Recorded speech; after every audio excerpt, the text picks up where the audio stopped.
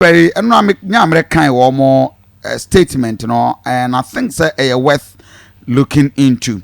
Your name Dr. Joseph Obeng in Komo na inya understanding a DM party and a GUTA for a pese the Ghana Revenue Authority a pese ye de boa mo. Je for safen wa join ye higher Akoma 87.9 FM bi the Dianaba Kofi Asanteni the VAT Flat rate scheme to the standard rate scheme. Dr. Joseph Obeng anope me watch mo akwa ba de ba Akoma FM. Akra na bibia boko de. Yes, Adumara kwa bibi aboko. Ede na mo say GR4 ne aban hwemu no mo nyama mo. De na esi on sa standard rate scheme a ye de abai. Yo. I'm say VAT scheme na ye de ba ye no I'm say me fapem no ni nyina so papa enti na as o ma ye inconsistent since its introduction no. So Bekaya when Manyam for Barredu when you people come. And then so no VAT the acquire and the share by one say that's a standard rate ye come once a money. I don't know let's comedy implementation. Okay. Now I know Anna Okumu say before a challenge on that. It's say standard rate will pretty on input and output tax. Input it's say so what can you mana? We be do porter utia VAT. Into utia VAT ma bana and what be you input. Na and I say so a kwanso for we the move come see the you go for from kwanso for. Oko kwanso no ba. Na what the near man brewa na se nko no atajo VAT. Na se nka wanya input no.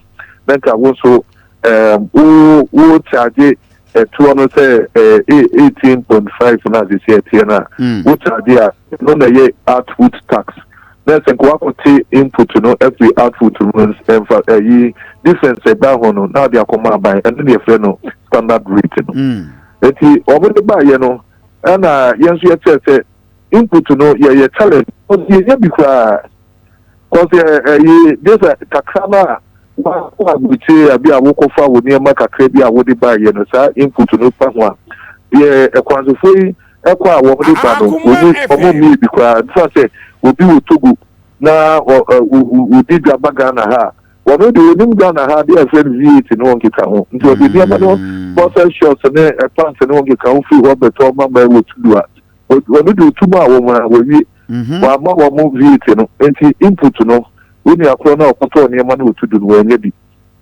when you are no more ye and Turkey need Dubai nature and no one can home I ye quasi for making or no say or would you feel like of near my would could also know to more or more almost input tax no if you can't you know what we say I'm it's your pass the answer calculation be the amount you better simplified system be amamo and only flat rate na e buy you there's a woman money input and output deductions no woman the money film and they say everybody see what input no fee output man there's a around 3% to 4% in the end your mom on the straight there's a calculation in the one say we see you know that your mom and your dad man say your year juma ABC 2017 no and ya yen sa aban change standard rate no kra because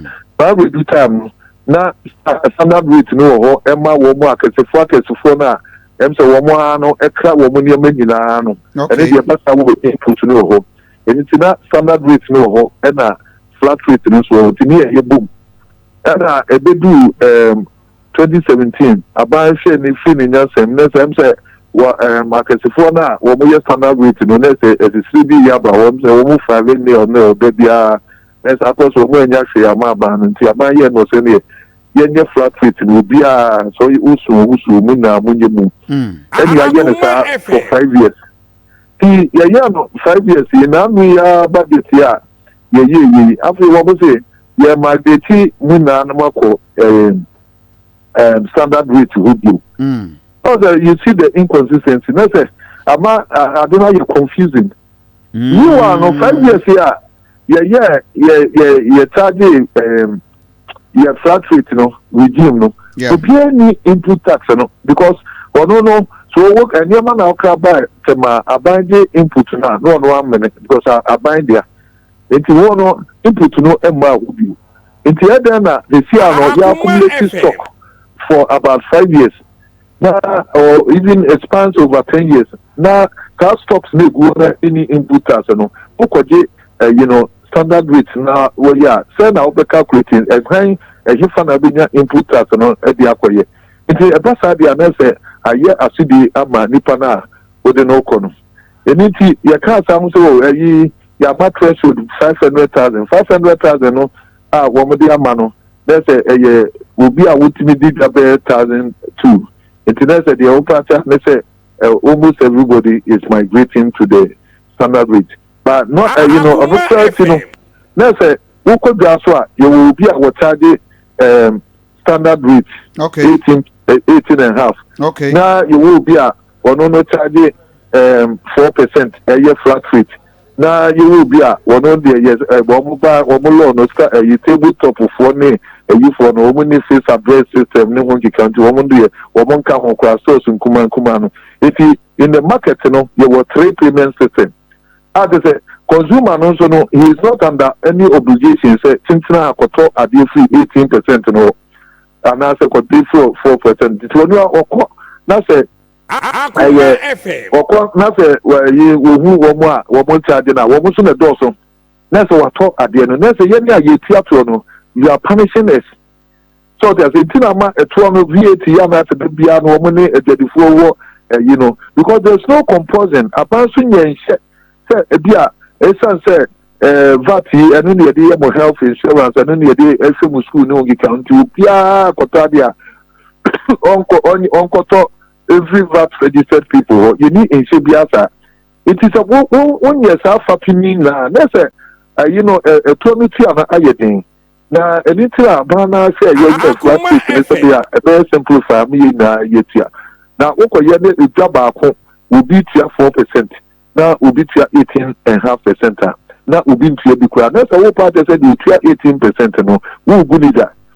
And no tina your data a letter Akoma a Ghana Revenue Authority, the copy finance minister said, I don't know a very difficult. Meanwhile no one number so and mokwa but we qualify on standard rate and a more for so for. Well meanwhile so no they are it's impossible for them to charge without the input. And if you see some kunyanin year, now say a beya no be na yet flat rate na. Omi na ntia. Scientists answer to say be obitin aye. Na say standard rate ni na yitia say be to ensure equity and fairness. Na ekwan a ye befa so de anya input no so ye ho adwuma na ma ekwan so fu na obi a ma ye input no dia. That's what you flat rate. Obi ani hu asemka. Now when you start say na dia, some may as a person, oka so bin ko 18 yina. Na wo punish ni pa ko no gu na dedi. Eniti asemka ka ewo.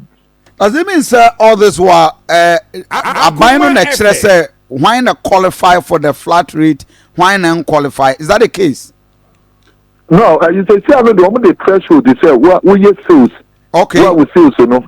A year up to be a 500,000 for the year, no. Below 500,000, no. We'll tear flat rate. And when I hear the tax shouldn't be discriminatory. Because what we do, I say, now say, won't mean that a job you woman will be into standard rate, no be into into a say the phone now. Me pass out there. And even 2017, so Muma you know, and I see I work at a doom we know be store. What one of the way on 18%, not the auto on 4%. That's a one of the on 18%. No good is an answer. Meanwhile, when you are concerned, we need input tax and input and what they are filing. It doesn't make sense for them to do that. I see a trust in yes, na punitive for anybody. Now, when you from the government after somebody saw a communication with Komano. I'm a finance minister. Akoma FM. And Akoma lady say the scratch with the VRE into your new VRE for GRE, sorry. They could deal a home and combo. A woman who say and someone ye cano a trust woman to Omaka say young formal petition. And no sub petition on that ye dear to the cartel when they do come on was send them umubiti, set to an umbiti. Still I know woman and or more for some for certain anyone can count. They said there or more I will be scarce of any that. And that be very possible. Will be well, I dear be a bay, I will be just as a piano, and Yabi a bay, yeah, and now a ye by a so when you're the right thing, need nano, into me, and some more mine, because I may know we are more things. Oh, yeah, you be a new task as a bay, now you're accommodating now. Because now, yes, I may be a do a breaking point. So they are here. Don't get the right thing. Me mammy or was central market no sadi we or how benedy ebreno. So what customer you said, oh, mammy, you're so idiot. Said you made nipa bottom pim waha, you be outside you, you standard rate, you know. Now, Obama, also baby, I was in Yemen, if you know, we need, input tax now. No, when input tax, no problem, we need the calculation input. I see. But don't one answer me input tax, no. And I know, say 5 years now, near a year, flat rate, and to appear no, what somebody or what input to know. Okay. This is be a yata to a dear 1 year near gather input to know. The 5 years, your stock are your burden and will be an input to know. How do you tax? How do you charge? Okay. Mama now I say another pay. Me just say you because one year didn't come out. Any Ministry of Finance funds Bekasa na yenya omu take on that. Thank you very much. Sabe my young lady apom de kakra na yenya education kakra. You know that the did me from weekend.